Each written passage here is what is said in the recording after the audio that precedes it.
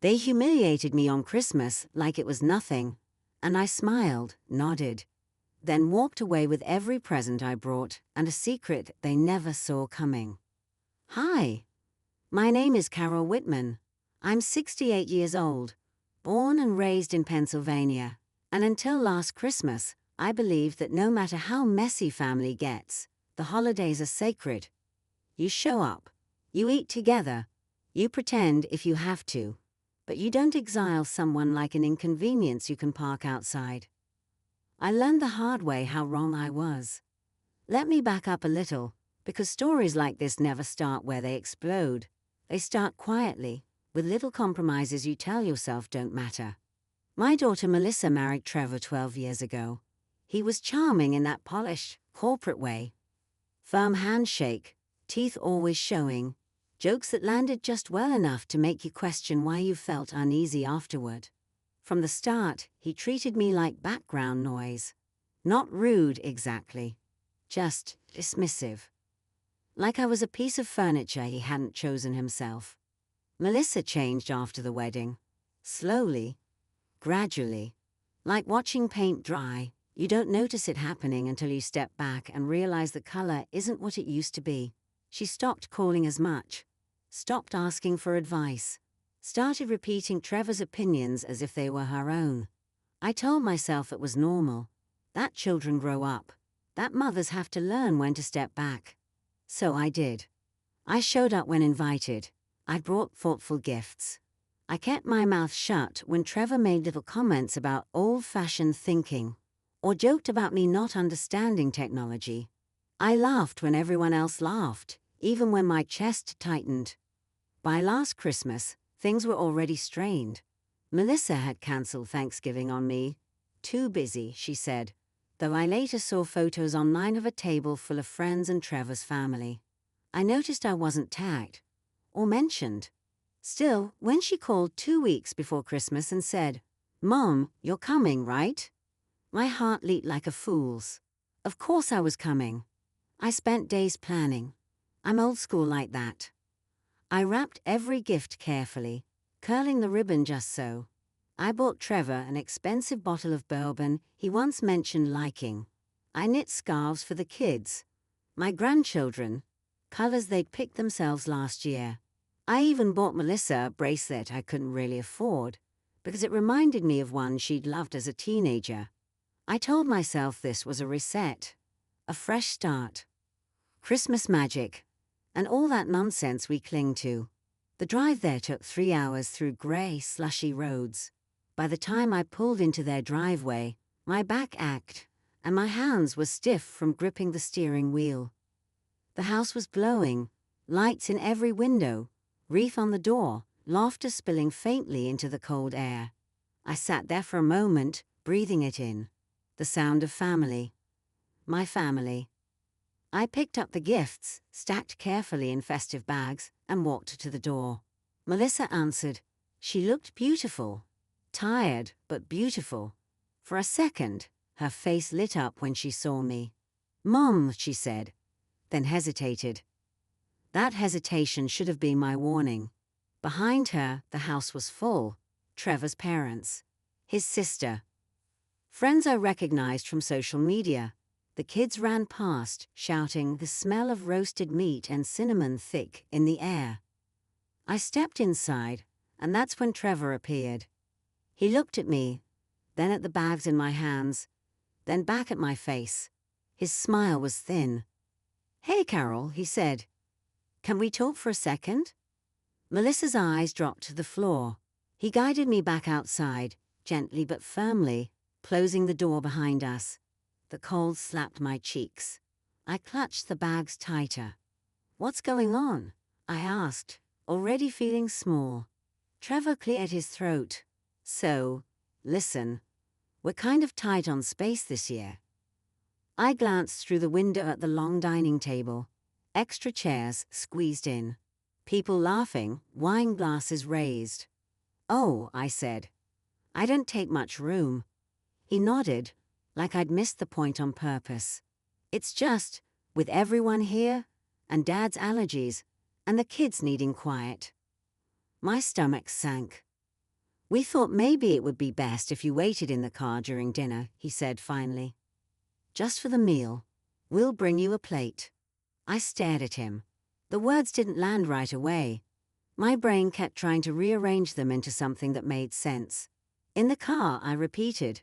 Melissa opened the door then, stepping halfway out. She wouldn't meet my eyes. "It's not like that, Mum," she said quickly. "It's just for a bit. We didn't want to upset anyone. Anyone but me, apparently." I felt heat rush to my face, a mix of humiliation and disbelief. I looked from her to Trevor, searching for a crack. A sign this was a bad joke. There was none. Something in me went very quiet. I thought of the 3-hour drive, the gifts, the bracelet, the scarves, the bourbon, the way I'd sat alone at Thanksgiving, telling myself not to be dramatic. I nodded slowly. "Oh," I said. "I see." Trevor visibly relaxed. "Great. We'll come get you after." I smiled. A real smile, practiced over decades of swallowing feelings. "Of course," I said. "Take your time." I turned back toward my car. Each step felt heavy, but my hands were steady. I opened the trunk and gently placed every gift inside. Every single one. I didn't rush. I didn't slam anything. From the corner of my eye, I saw Melissa watching through the window. I got into the driver's seat. I sat there for a moment, hands resting on the wheel, heart pounding so loud I was sure they could hear it. Then I started the car. I didn't leave right away. I waited until I saw plates being set on the table, until everyone was seated, until laughter peaked. Then I pulled out of the driveway. I drove to a quiet parking lot down the road and sat there, breathing. My phone buzzed. "Melissa, Mom, where did you go?" I stared at the message, then typed back. "Home." 3 dots appeared, disappeared, appeared again. But dinner. I turned the phone face down. Halfway home, Trevor called. I didn't answer. By the time I got back to my house, it was dark and silent. I carried the gifts inside and lined them up under my own tree. I poured myself a glass of wine and sat on the couch, staring at the lights. I didn't cry. Not that night. The crying came later. The thinking came after that.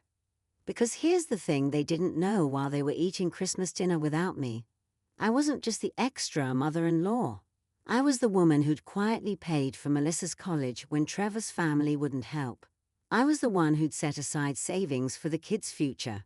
Savings they assumed would someday be theirs. As I sat there, alone but strangely calm, I made a decision. Not out of spite, out of clarity. The silence after Christmas was louder than the humiliation itself. I'm Carol Whitman, 68 years old. And once I drove away from that glowing house with my trunk, full of unclaimed gifts, something in me shifted that I didn't recognize at first. The next morning, my phone was full. Missed calls, voicemails, texts stacked on top of each other like excuses fighting for space. Melissa first. "Mom, please call me." Trevor didn't mean it the way it sounded. Then Trevor. "Carol, I think there's been a misunderstanding. Let's clear the air."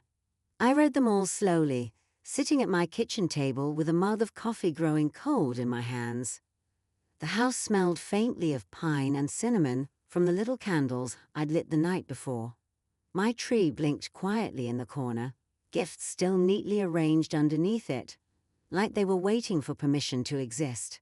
I didn't respond.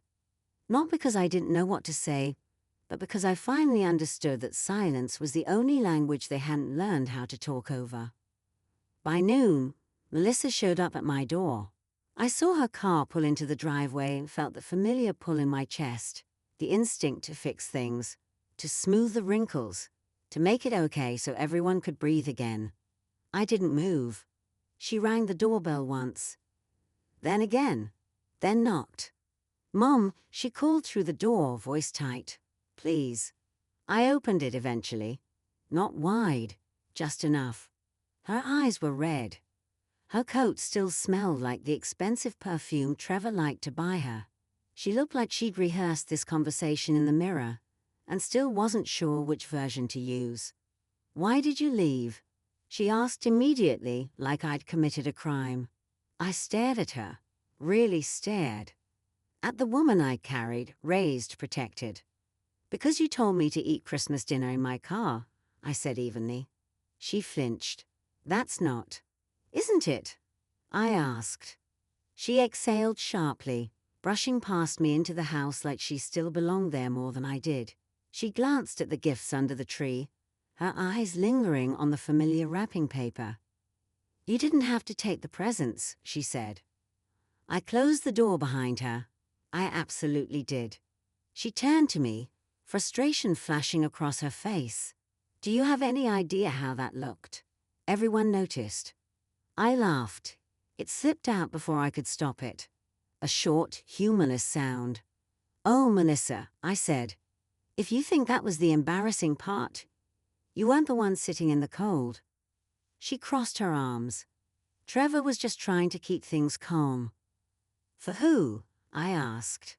She didn't answer. Instead, she looked around my living room, like she was seeing it for the first time. The modest furniture.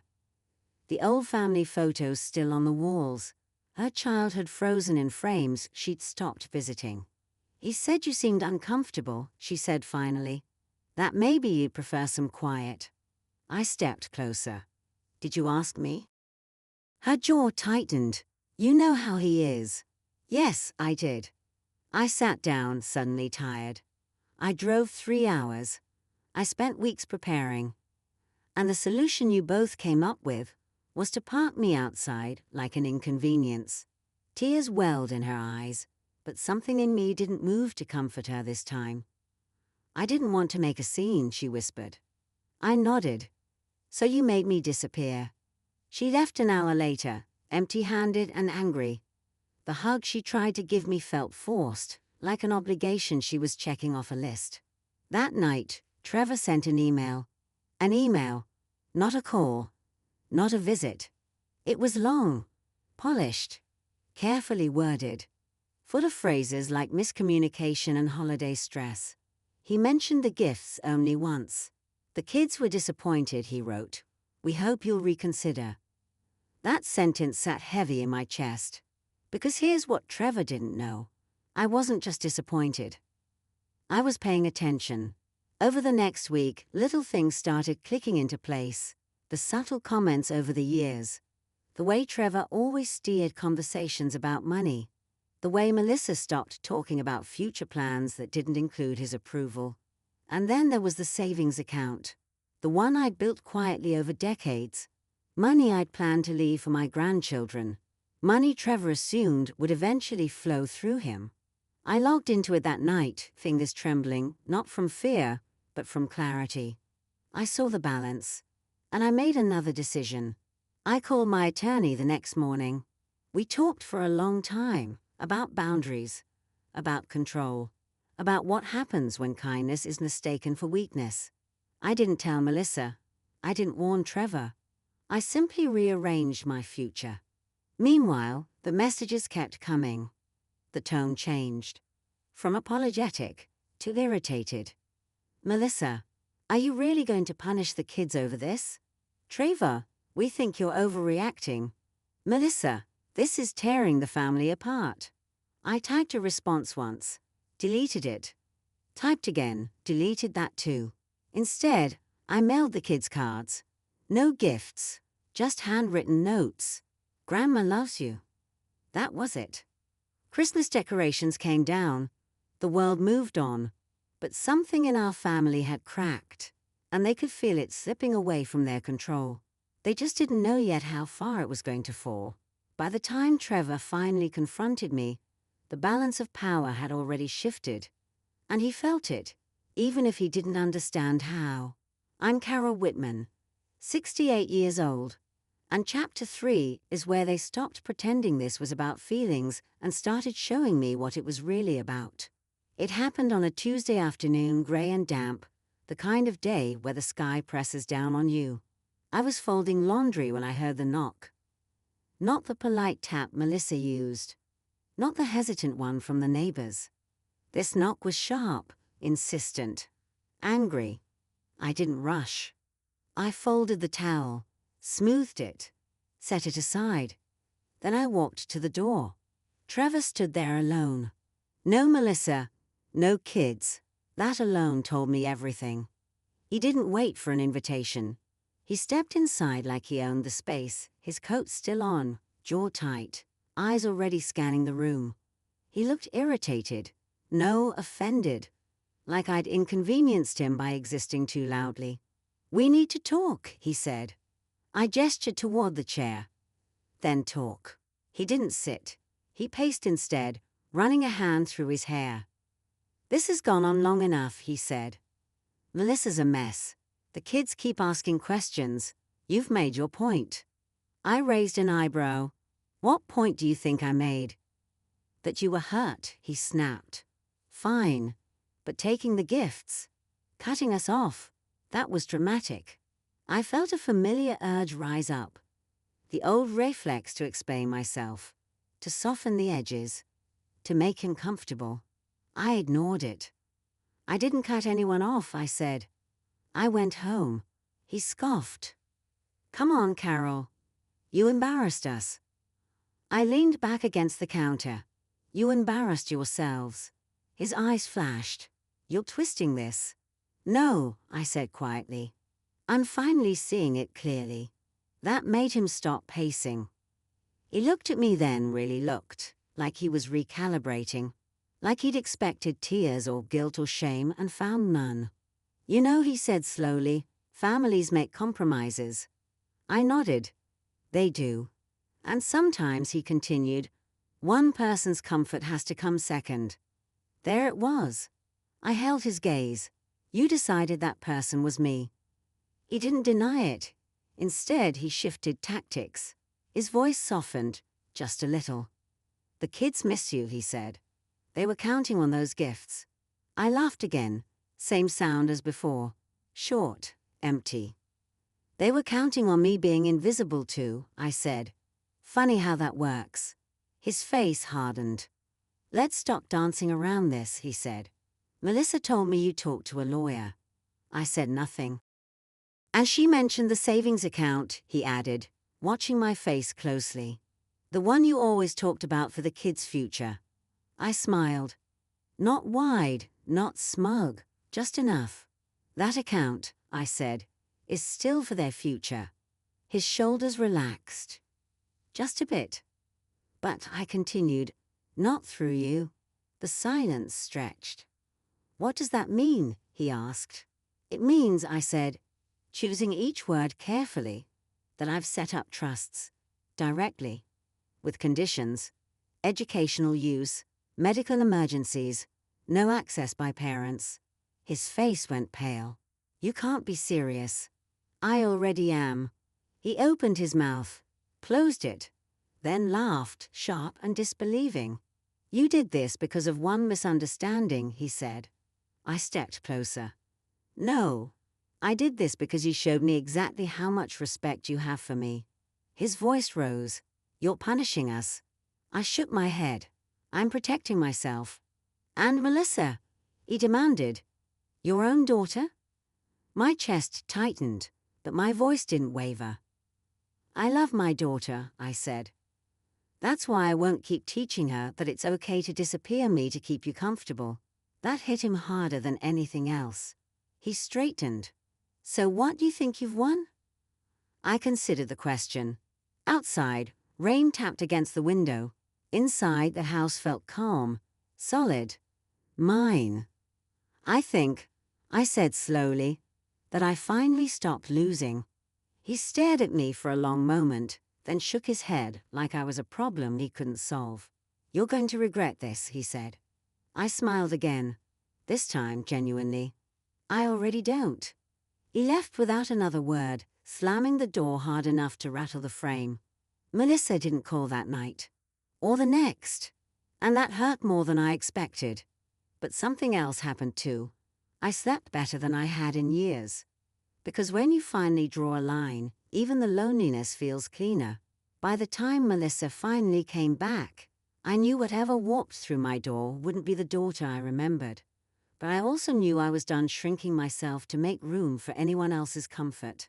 I'm Carol Whitman, 68 years old, and this is where the story stopped being about Christmas and started being about truth. She came on a Sunday morning. No warning, no texts ahead of time. I heard her car before I saw her, tires crunching slowly on the gravel like she was giving herself time to reconsider. When I opened the door, she was already crying. Not loud, dramatic sobs, quiet tears. The kind that come from exhaustion more than heartbreak. "Can I come in?" she asked. I stepped aside. She stood in my living room like a guest instead of a daughter, hands twisting together, eyes moving over the furniture like she was trying to remember where she fit. The tree was gone, the decorations packed away. Christmas had passed, and there was no magic left to hide behind. "I didn't know," she said suddenly, "about the car, about how bad it sounded. I swear." I sat down slowly. "You were there." She flinched. I froze. That, at least, was honest. She sat across from me, shoulders slumped. "Trevor says you're trying to control us, that you're punishing him." I looked at her for a long moment. "What do you think?" She hesitated. That hesitation told me more than any answer could have. By the time Melissa finally came back, I knew whatever walked through my door wouldn't be the daughter I remembered. But I also knew I was done shrinking myself to make room for anyone else's comfort. I'm Carol Whitman, 68 years old, and this is where the story stopped being about Christmas and started being about truth. She came on a Sunday morning. No warning, no texts ahead of time. I heard her car before I saw her, tires crunching slowly on the gravel like she was giving herself time to reconsider. When I opened the door, she was already crying.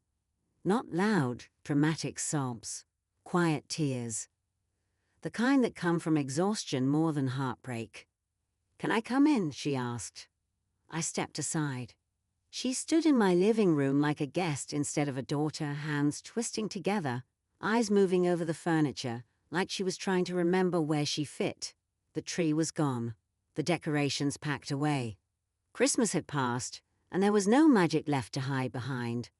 "I didn't know," she said suddenly, "about the car, about how bad it sounded. I swear." I sat down slowly. "You were there." She flinched. I froze. That, at least, was honest. She sat across from me, shoulders slumped. "Trevor says you're trying to control us, that you're punishing him." I looked at her for a long moment. "What do you think?" She hesitated. That hesitation told me more than any answer could have. "He says you've always resented him," she continued, like she was reading from a script. "That you don't respect our life." I nodded. "And do you believe that?" Her voice cracked. "I don't know anymore." That hurt, but it also clarified something. I leaned forward. "Melissa, I didn't leave because I was angry. I left because I was humiliated. There's a difference." Tears spilled faster now. "I should have gone after you." "Yes," I said gently. "You should have." She covered her face. I didn't want to choose. I reached out then, placing my hand over hers. "You already did." The room went very quiet. She pulled her hand back slowly, like the truth was warm and might burn her. "Trevor says if you don't fix this, things are going to get worse." I smiled sadly. Threats usually mean someone is losing control. Her head snapped up. "Is that what this is to you?" "Control?" I shook my head. "No. This is me finally having boundaries."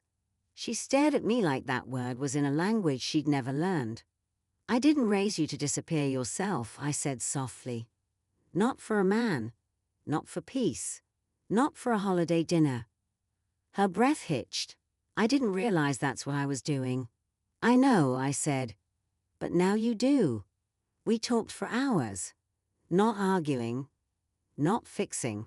Just peeling back layers. She admitted things she'd never said out loud. How Trevor decided who they saw. How he framed everything as keeping things smooth. How standing up for me always seemed to cause more problems than staying quiet. "I'm tired," she whispered. All the time. I believed her. When she left, nothing was magically repaired. There were no promises, no dramatic reconciliations, just a long hug at the door and a quiet, "I'm thinking." That was enough for me. A week later, Trevor sent one last message. "If you want to see your grandchildren again, you'll stop this nonsense." I didn't reply. Because here's the twist they never expected. The gifts I took with me that night? I didn't keep them. I donated them. Toys, clothes, all of it, to a shelter that held a Christmas celebration a week late for families who didn't have anyone waiting for them at home. And the savings? Locked. Protected. Untouchable by anyone who thinks love comes with conditions. I don't know how Melissa's story ends yet. That's hers to write. But I know how mine does. I no longer sit in cars so others can eat comfortably. I no longer bring gifts where I'm not welcome. And I no longer confuse endurance with love. Christmas taught me something I should have learned years ago. Respect isn't something you wait to be given. It's something you demand by walking away when it's denied.